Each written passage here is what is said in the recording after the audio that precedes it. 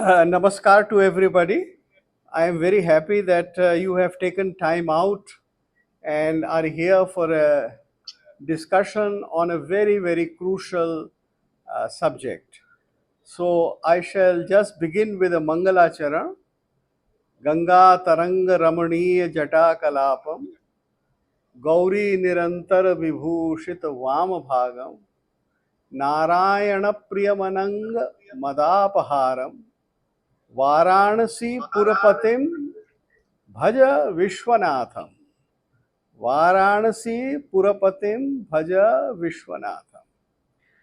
So, friends, I have taken this topic because I think that it is very crucial to a deeper understanding of what is happening to Indian civilization right now. You see, we talk a lot about colonialism. We talk a lot about how the British influenced our thought, our whole perception of what our own past has been. But we do not take into account as to what happened from our side. What did we do and how did we react to the British machinations and what the British projected onto us? So, when you take up any subject which concerns culture, which concerns art, Murthy is saying something that he's probably not able to hear it. Maybe your speaker may be off, Murthy. Yeah, I think you should increase the volume of the speaker. so while you do the adjustment, let me continue. No sound. Everyone here is hearing. There is something on your side, Murthy. Is everybody else able to hear me? Yes. So, Yes, we can hear you. okay, Murthy ji, are you able to hear me? No, looks Yeah, like. we are able to hear. Yeah, I can hear you. Okay. So, let me continue. Whenever we take a subject which concerns a topic of culture and art, then we are not able to place it in the context of what has been the philosophic thought in India in last 200 years. You see, in all Hindu groups, we are very anxious to project the fact that we were colonized, that our thinking was changed. But we don't really take stock of how did we react. What was the image of Hinduism or India or our culture that we projected ourselves, and how did we react? So, when in the 19th century people started saying that we are this, not this, then how did we project ourselves? And why did we do so in this particular manner? Now, unless you understand what really happened and what was the self image of India and Sanatan Dharma or Hindu thought, which was made by the Hindus themselves in reaction to the image projected by the Christians and the Europeans, unless we understand that problem, we will not understand what is happening now and why we are failing. I mean, very simple questions.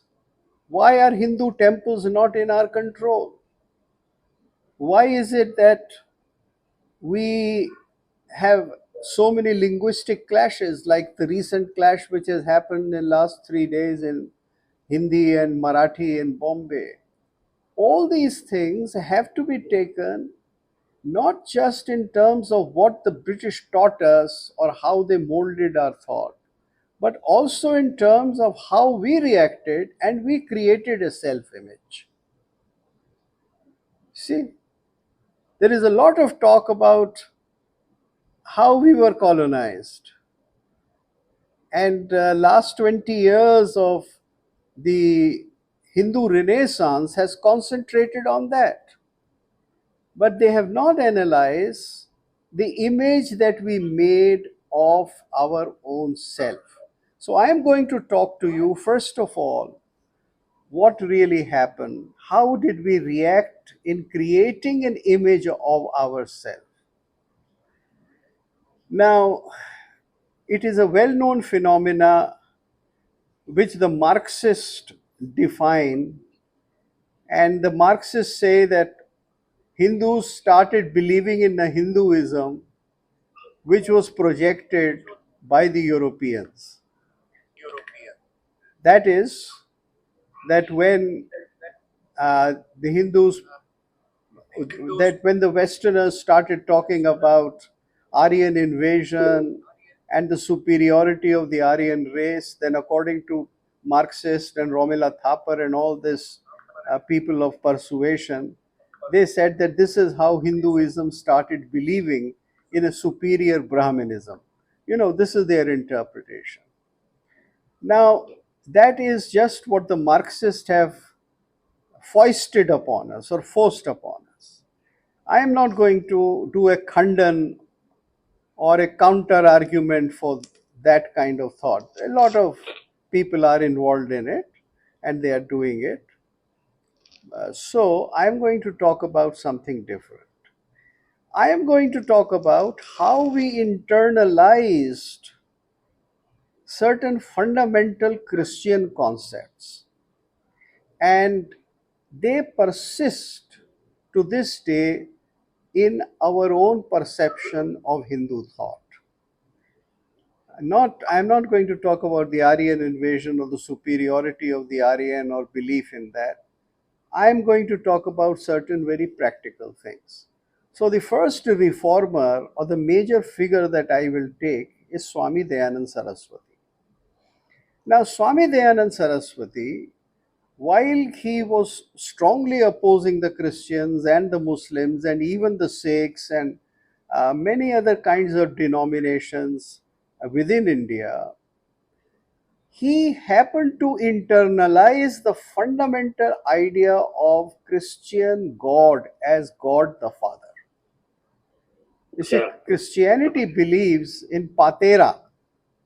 In Greek, it's called patera, that is Pitri or patera or Bap, father. Now, God the Father became something which was on one level rejected by Dayanand, but on the other level, he internalized it. How did he internalize it? He defined all the devatas like Indra, Pushana, Saraswati, Ashwani, etc., Savita, etc., Surya, all the Vedic gods in terms of the Christian father. So, if you read a translation of the Rig Veda or the other three Vedas by Swami Dayanand Saraswati, if you read his translation of the Vedic mantras or the Samhita, then he translates Indra as Parampita Parameshwar. He translates Saraswati as some kind of a not a divinity, but a power or something like an attribute of God. So everything is reduced to the Nirguna Brahma, not even Brahma, but the Nirguna aspect which is imagined as Parampita, which is a direct internalization of the Christian God.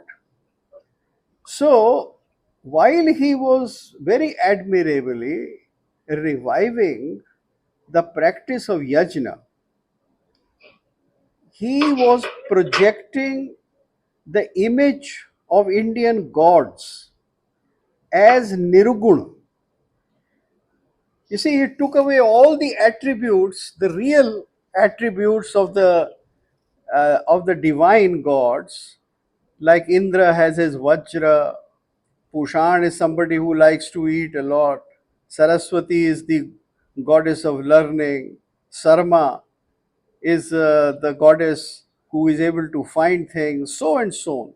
All the Vedic devatas, Devi and Devatas, in Hindi we'll say Devi and Devatas, in Sanskrit we only say Devata.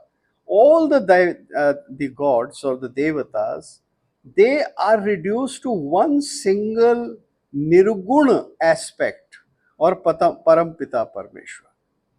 So this is where internalization of the hatred of the Christians against the idol, against the Murti, against the Saguna god is taken in by Indians. Now, the same thing is done by Brahmo Samaj. Brahmo Samaj says that no, we believe in the Upanishadic Brahma. And our Upanishadic Brahma is very superior. Our Upanishadic Brahma is somebody far more expansive than the Christian father. But while they are talking about the superiority of the Brahma, they are denying the Saguna Devi Devatas. That's why the Brahmo Samaj. The Brahmo Samaj only talks about Nirguna Brahma. It only talks about a reform in terms of a divinity which is a parallel or almost an internalization of the Christian father. The same trend continues in Vivekanand. Vivekanand comes to the point where in I think 1892 when he went to Chicago, he is talking about the great uh, acceptability of various things in Hindu thought and the variety of Hindu thought. But he is constantly hiding the fact that we are people who worship the Murtis. So, in order to please the Western audience or to communicate with them or to prove the superiority of Bharatiya thought and thinking, we took something which they believe to be superior and we started saying that we have always been doing it. So, we started defining ourselves as people who were not Murti worshippers but Brahma worshippers, Nirgun worshippers. Now, this is something which never happened in India earlier. In India, Nirgun and Sagun were both taken to be the two sides of the same coin. Shankaracharya, who is the great ideal of Brahmavad or Vedanta, also wrote dozens and dozens of stutis of various devis and devatas. And he is by tradition credited to have written 100 verses in praise of the Devi. The poem is called Saundarya Lahari. And the Saundarya Lahari, in about 46 uh, verses, stanzas, very accurately describes the physical beauty of Devi. Each and every part of her body, her breasts, her navel, her legs, her toes, her hair, and everything. So it is a prime example of Saguna Upasana. Now, there have been so many thinkers, particularly in Kashmir Shaivism, who have worshipped the whole creation itself as divine. The fundamental view of Hindu thought is that the creator, when he makes his creation, does not divorce himself from the creation. The creator, the Srishta, who may be at a point Nirguna Brahma, but when he makes the Saguna creation, then he is a part of that creation. He is that creation itself. So the creator and creation seem to be different, seem to be two, but they are not two. I mean, as early as Kalidas, he is talking about Shiva and Parvati as a unity. He is talking about two who are actually one. And similarly, Tulsidas in the medieval times is constantly talking about Sita and Rama, seemingly two, but always one. Kahiyat bhinna na bhinna. They are different only when we talk about them. Kahiyat bhinna, na bhinna. But actually, they are not two, they are one. So, the unity of the creator and creation is fundamental to almost all philosophies, whether it is a Shakta darshan or a Vaishnav darshan, or even later on the Bauddha darshan from Mahayana onwards, everything becomes Sagun and Nirgun as interrelated. Now, this great divide which happens in the 19th century continues in the 20th century. And what happens is that under the impact of Christianity, we discarded totally the concept of ritual or karmakand. Now, as you can understand, Vedas is not a text of what we have made it out today.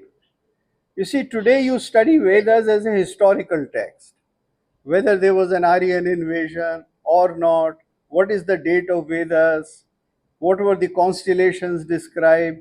You see, we are only thinking of Vedas in terms of text which can give us some historical information.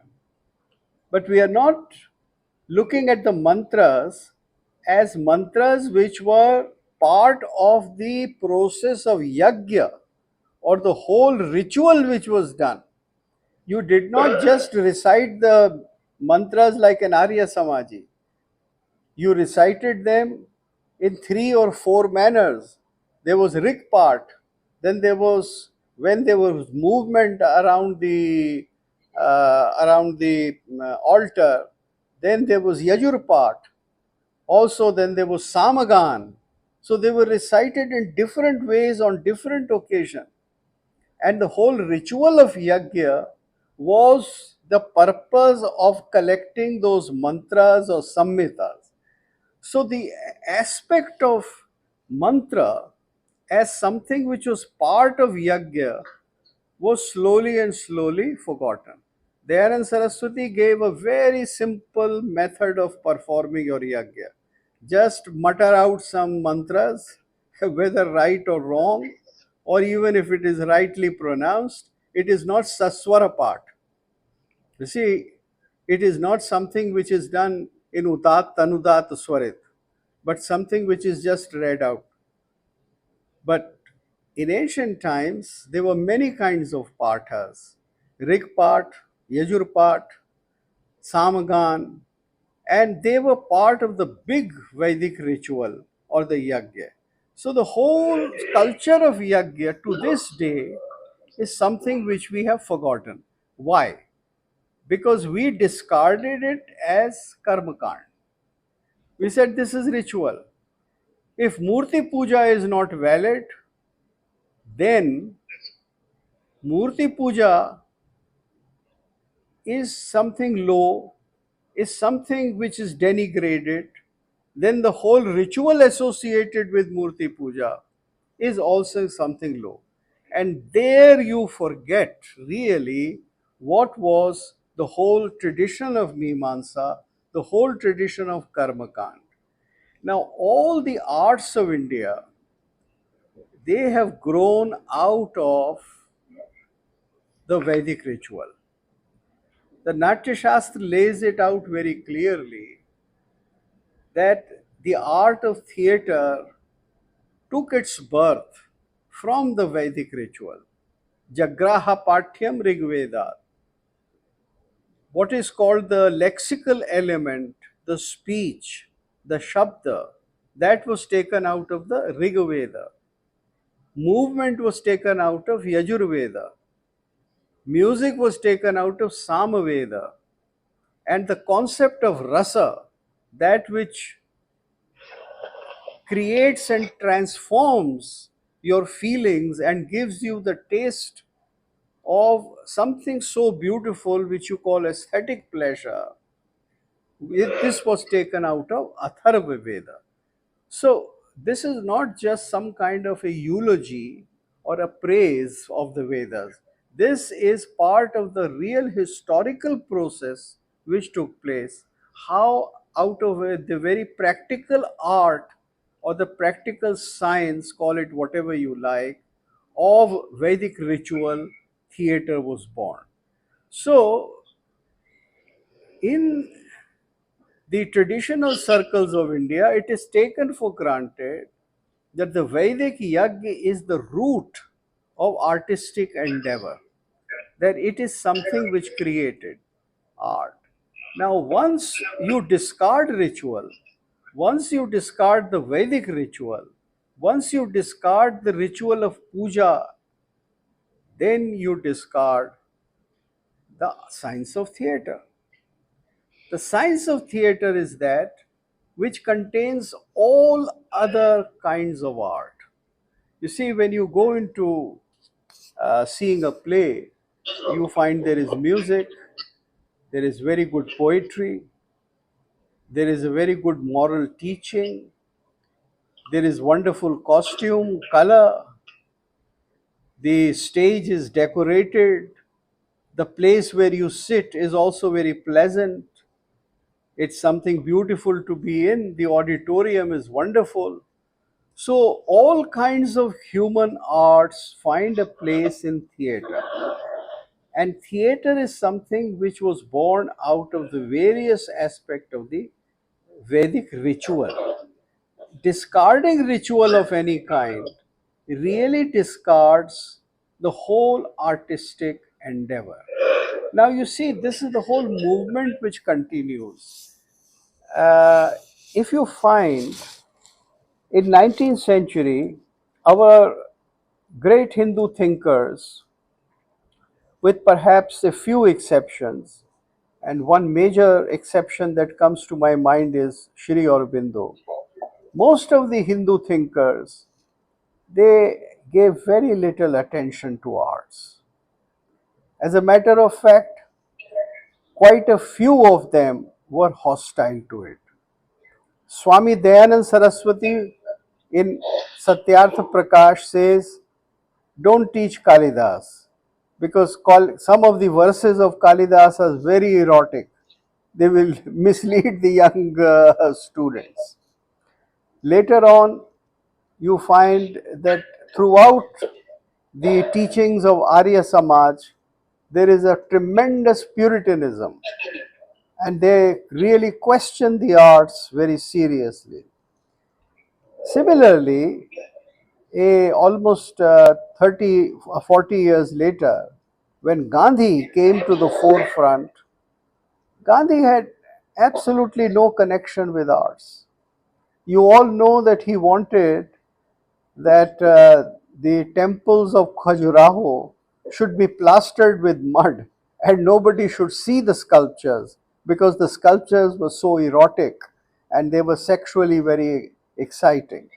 So, Gandhi's whole thought of Satya, Ahimsa, and Brahmacharya was rooted in absolute Puritanism. That's why he preached Brahmacharya even to the newly married. What I'm trying to bring to your attention is an inner hostility towards what is Hindu art. Hindu art is based entirely upon the fact that things which are material, things which are worldly are also holy. And it is this thought that entertains the idea of avatar. You see, avatar or incarnation is deeply pondered and practiced largely in two civilizations, the Greek and the Hindu. In the Greek world, the gods who live well in the skies or in the upper world or in Swarga or heaven, or whatever you call it, they descend to the earth. They conceive children in human women. They make love to Manavis or women, and heroes are born like Achilles who do great deeds. And we write and we compose poetry about the great deeds of the heroes in the Greek pantheon. Similarly, there is the birth of God Himself on earth in Bharat. So, the concept of taking birth, the divine birth fully in, in Bharat as Rama or as Krishna is something which is crucial, absolutely crucial to the Hindu thought. And if you do not believe in Avatar, if you do not celebrate Avatar, if you do not see the unity of that which is divine as well as earthly, which becomes something which takes a sharir, which takes an incarnation, then you will never be able to see how the human beings are part of divinity, and you will not be able to see in practice the Vedantic truth of Sarvam Idam Khalu Brahma. This is exactly the idea that I am now trying to point out, that there was a severe divide which happened. There are many other aspects of it. When this happened, then the whole Hindu thought became very weak. We talk a lot about the Nirguna Brahma. We develop the whole prejudice that worshipping gods, going to temples is a lower form of worship. Doing yoga, going into the mountains, or even in your house, just doing some kind of a yogic worship is something superior or better. So this resulted in drying up of the great sources of the study of Hindu thought. You see, Hindu thought was once again made ethereal. There is some interference from somebody, some sound coming. Please, please see if it is not in your home, hopefully. Yes, so I'll continue.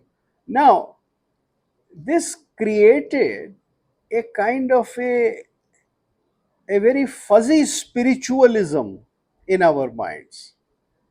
You see, there was a whole section of people among the Westerners who described India as spiritual people, India as somebody who is spiritually superior to the West. And we started saying the same things. The Hindu idea is not of the superiority of the spirit. The Hindu idea is of four purusharthas: dharma, artha, kam, and moksha. So, dharma is practiced to do the right thing, whether it is in the world or whether it is after you have renounced the world. Artha is purely a worldly pursuit. It is creating things in the worldly order. And calm is fulfillment of the legitimate desires of human beings. It is a purusharth, an aim of life. Without fulfillment of kama, there can be no graduation to moksha. And moksha is a result of practice of dharma, artha, and kam. It is not something which is to be done only in the forest or after renouncing. So we created this whole image that we are a spiritual people, that our great aim is moksha, and this became a continuation of the earlier preoccupation of the bhakti period. Why did we celebrate the bhakti period so much? Why did we create falsehoods about our history that in bhakti period we had discarded the distinction between different varnas and jatis, that everything was equal?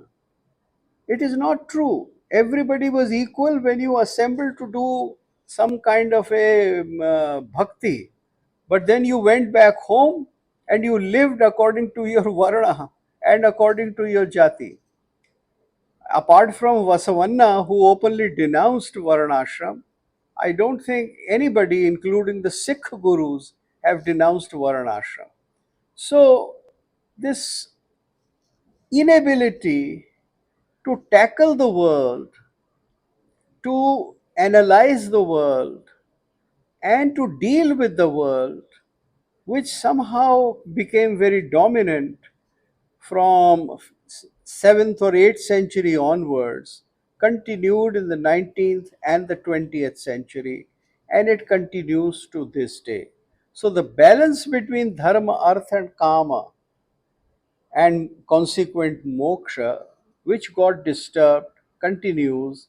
And that's why we think that upasana or karmakand is something lower. Now, once you do that, then there is no possibility of good art, because art is meant to celebrate the beauty of the world which you see through your eyes, your physical eyes, your five senses. Art is not something which appears to you when you go into your inner self after doing pranayam, dharana, dhyan, and samadhi. Art is something which is creating beauty in the external world, the Lokik world. And you create such a beauty that you get elevated from this world. The whole concept of Ras Siddhant is to make this very world beautiful, to understand that this world is part of the greater reality. So, art is something which does lead to the higher truth, but art is rooted, art is based on this Pancha Tattva, on this very fundamental world of five elements. Now, this is the big divide which happened and which continues today. You see, why is it that even our present day government, which is now almost 12 years old, has not been able to do for art and artistic and educational subjects as much as it should have done? I think it is not just that they don't want to do, but there are certain very deep hurdles within the Hindu psyche, the modern Hindu psyche, which are preventing them from succeeding as much as they should. This is what I think. So, this is not a clever way of forgiving the BJP, but I am trying to draw attention to where we as Hindu civilization have faltered. You see, with the Congress regime, with the socialist regime, it was very different, because they had a whole model of what is Indian civilization imported from Europe. The Nehruvian model, that Bharat is something like a amalgamation of things. Karavan aate gaye, Hindustan banta gaya. That India is an amalgamation of various influences. But that is not the truth, because an amalgamation cannot last for 10,000 years, as our history shows.